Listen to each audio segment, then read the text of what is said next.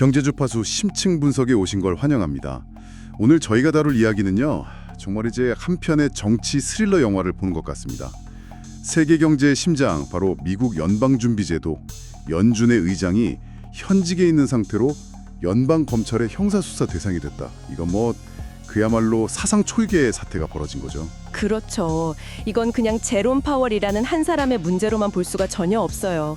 지난 수십 년간 미국 경제, 아니 세계 금융 시스템의 안정성을 지탱해온 가장 중요한 기동 중 하나가 바로 연준의 정치적 독립성이었거든요. 일종의 성역 같은 거였죠. 아, 그렇죠. 근데 지금 벌어지는 일은 그 성역의 벽을 그냥 정면으로 허물어뜨리려는 시도나 마찬가지인 겁니다. 바로 그 지점 때문에 이 사건이 금융계를 넘어서 이렇게 엄청난 파장을 일으키고 있는 거겠죠. 그래서 오늘 이 시간에는요, 검찰이 내세우는 그 표면적인 혐의가 과연 무엇인지, 그리고 그 물밑에서 움직이는 진짜 의도는 뭘까, 마지막으로 이 거대한 충격파에 시장은 또 어떻게 반응하고 있는지 아주 깊숙이 한번 들여다보겠습니다. 자, 그럼 먼저 공식적인 혐의부터 좀 짚어보죠. 근데 이게 언뜻 들어보면 생각보다 스케일이 작아서 좀 의아하게 느껴질 정도인데요. 네, 맞아요. 검찰이 제롬 파월 의장에게 제기한 혐의가 크게 두 가지입니다. 하나는 워싱턴 DC에 있는 연준 본부 건물 있잖아요. 그 건물의 개보수 프로젝트에 대한 관리 부실. 그리고 또 다른 하나는 이와 관련해서 의회 청문회에 나가서 위증을 했다는 겁니다. 정말 그렇죠. 아니, 세계 경제 대통령의 혐의가 건물공사 문제라니 좀 김이 빠지는 느낌도 들죠. 그런데 여기서 정말 흥미로운 건 파월 의장의 대응 방식이에요.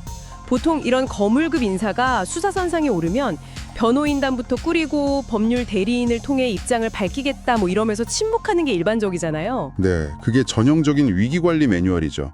최대한 말을 아끼고 법적으로만 대응하는. 그런데 파월 의장은 완전 정반대의 길을 선택했습니다. 혐의가 공개되자마자 약 2분짜리 영상 성명을 직접 찍어서 그냥 공개해버렸어요. 아, 직접이요? 네, 이건 정말 이례적인 초강수입니다.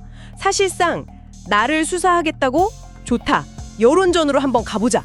이러면서 선전포고를 한 셈이죠. 그 영상 메시지도 아주 명확하고 단호하더라고요. 이 수사는 명백한 정치적 행위다. 연준의 독립성을 흔들려는 시도에 불과하다. 거의 모든 문장이 이 메시지를 향해 있었어요. 맞아요. 수사의 정당성 자체를 그냥 전면 부인한 거죠. 네. 그의 논리는 아주 단순 명쾌합니다. 건물 개보수 같은 건 그냥 핑계다.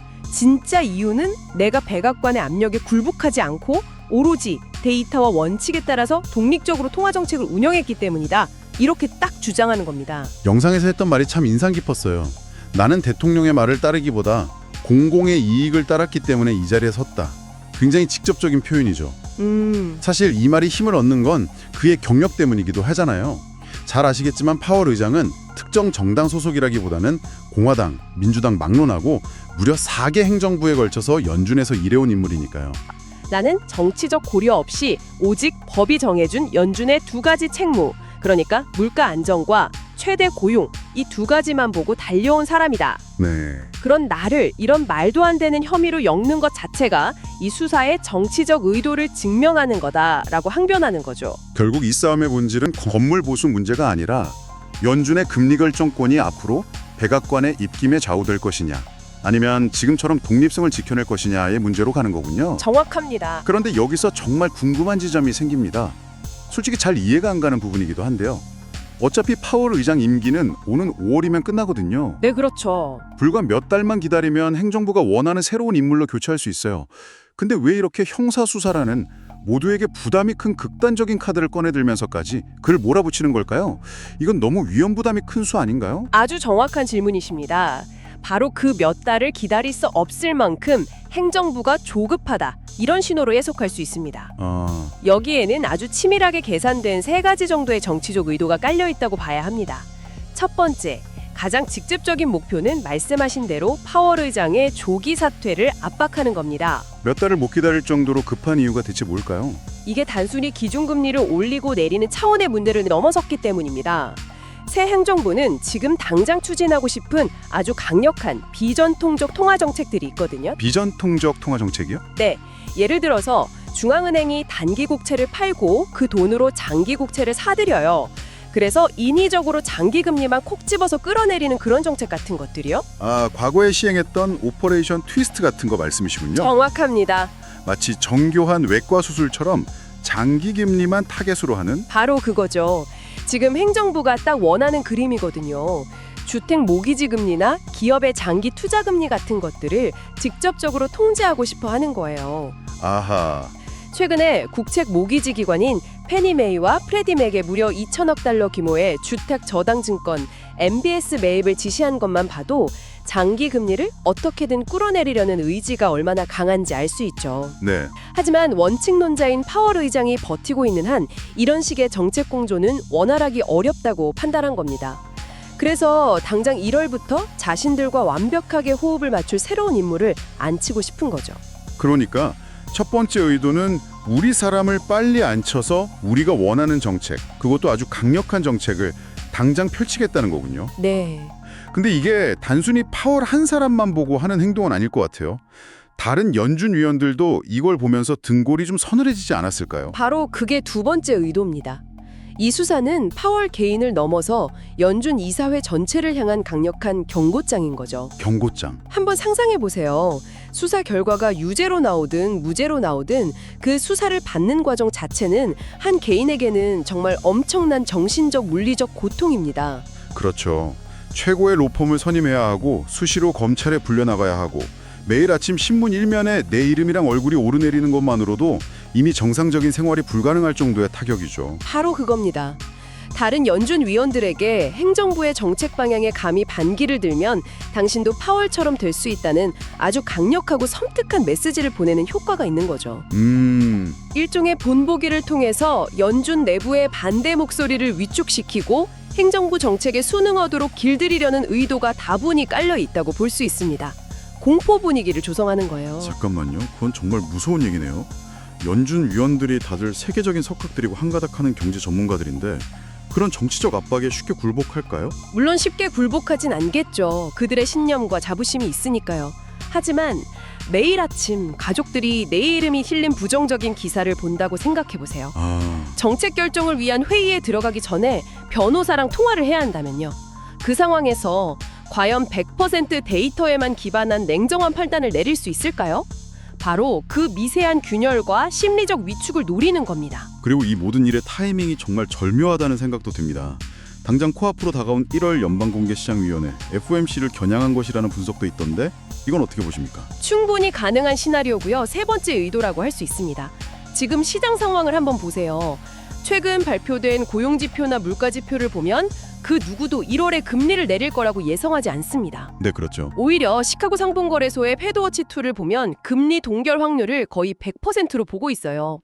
경제 데이터상으로는 금리를 내릴 명분이 전혀 없는 상황이죠. 그런데 바로 이 시점에 경제 논리로는 도저히 불가능한 금리 인하라는 결과를 얻어내기 위해서 연준 의장을 향한 형사수사라는 비경제적인 수단을 동원했다. 이렇게 해석될 수 있겠군요. 그렇습니다. 경제 논리로 설득이 안 되니까 사법적 압박이라는 칼을 꺼내든 셈이죠. FOMC 회의 테이블에 앉을 연준 위원들에게 우리가 이렇게까지 하는데도 금리를 동결할 셈인가? 라는 엄청난 심리적 압박을 가하는 겁니다. 와. 행정부가 원하는 결정을 간접적으로 하지만 아주 강력하게 요구하는 고도의 정치적 플레이라고 볼 수 있는 거죠. 정리해보면 파월이라는 개인을 쫓아내고 남은 사람들에게 겁을 주고 당장의 금리 인하까지 얻어내려는 그야말로 일석삼조의 노림수가 담긴 수사라는 거군요. 네, 그런 셈이죠. 이런 노골적인 압박에 시장이 가만히 있을 리가 없겠는데요. 벌써부터 반응이 나오고 있죠. 네, 시장은 이런 종류의 불확실성을 가장 싫어하죠. 특히 그 대상이 중앙은행의 독립성이라면 더욱 그렇습니다. 그렇죠. 금융시장의 마지막 보루가 흔들릴 수 있다는 그 불안감이 즉각적으로 자산 가격에 반영되고 있습니다. 가장 먼저 눈에 띄게 움직인 건 달러 인덱스예요. 달러 가치가 흔들렸다는 거군요. 네, 소식이 전해지자마자 한 차례 크게 휘청이는 모습을 보였습니다. 어찌 보면 당연한 결과죠. 결국 이런 거거든요. 전 세계가 미국 달러를 기축통화로 믿고 쓰는 가장 근본적인 이유가 뭐겠습니까? 미국 정부가 정치적 필요에 따라서 자기들 마음대로 돈을 찍어내지는 않을 것이다라는 신뢰 때문이거든요. 네.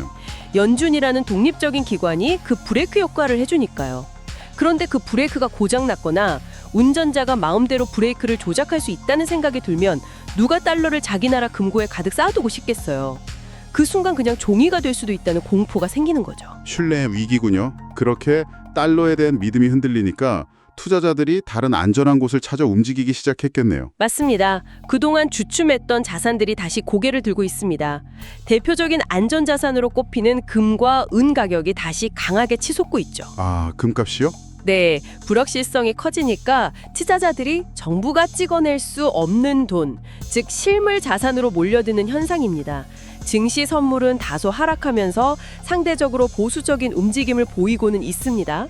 아직 시장 전체를 뒤흔드는 패닉 상황은 아니지만 분명히 경계 심리가 확산되고 있는 건 사실이에요. 대부분 시장 참여자들도 이라테가 어떻게 전개될지 숨죽이며 지켜보고 있는 그런 분위기입니다. 결국 핵심은 이번 사태로 인해서 연준의 독립성이 실질적으로 얼마나 훼손될 것인가, 그리고 시장이 그 훼손의 정도를 어떻게 평가할 것인가에 달려 있겠군요. 바로 그겁니다. 여기서 우리는 아주 중요하고 근본적인 질문에 직면하게 되는 거죠. 이번 사태는 결국 연준의 독립성이라는 것이 과연 얼마나 굳건한 반석 위에 서 있는지, 아니면 생각보다 쉽게 훼손될 수 있는 모래성인지를 보여주는 시험대입니다. 만약 시장 참여자들이 이제 연준은 더 이상 정치적 압력으로부터 자유롭지 못하다고 최종적으로 판단하게 된다면 그 파장은 단순히 금리 정책 하나에 그치지 않을 겁니다. 미국 달러가 가진 기축통화로서의 지위, 그리고 그 달러 위에 세워진 글로벌 금융 시스템 전체의 안정성에 대한 근본적인 의문으로까지 이어질 수 있다, 이런 말씀이시군요. 그렇습니다. 이것이 바로 우리가 이 사안을 단순한 정치 스캔들이나 한 개인의 비리 혐의로 가볍게 넘길 수 없는 이유입니다.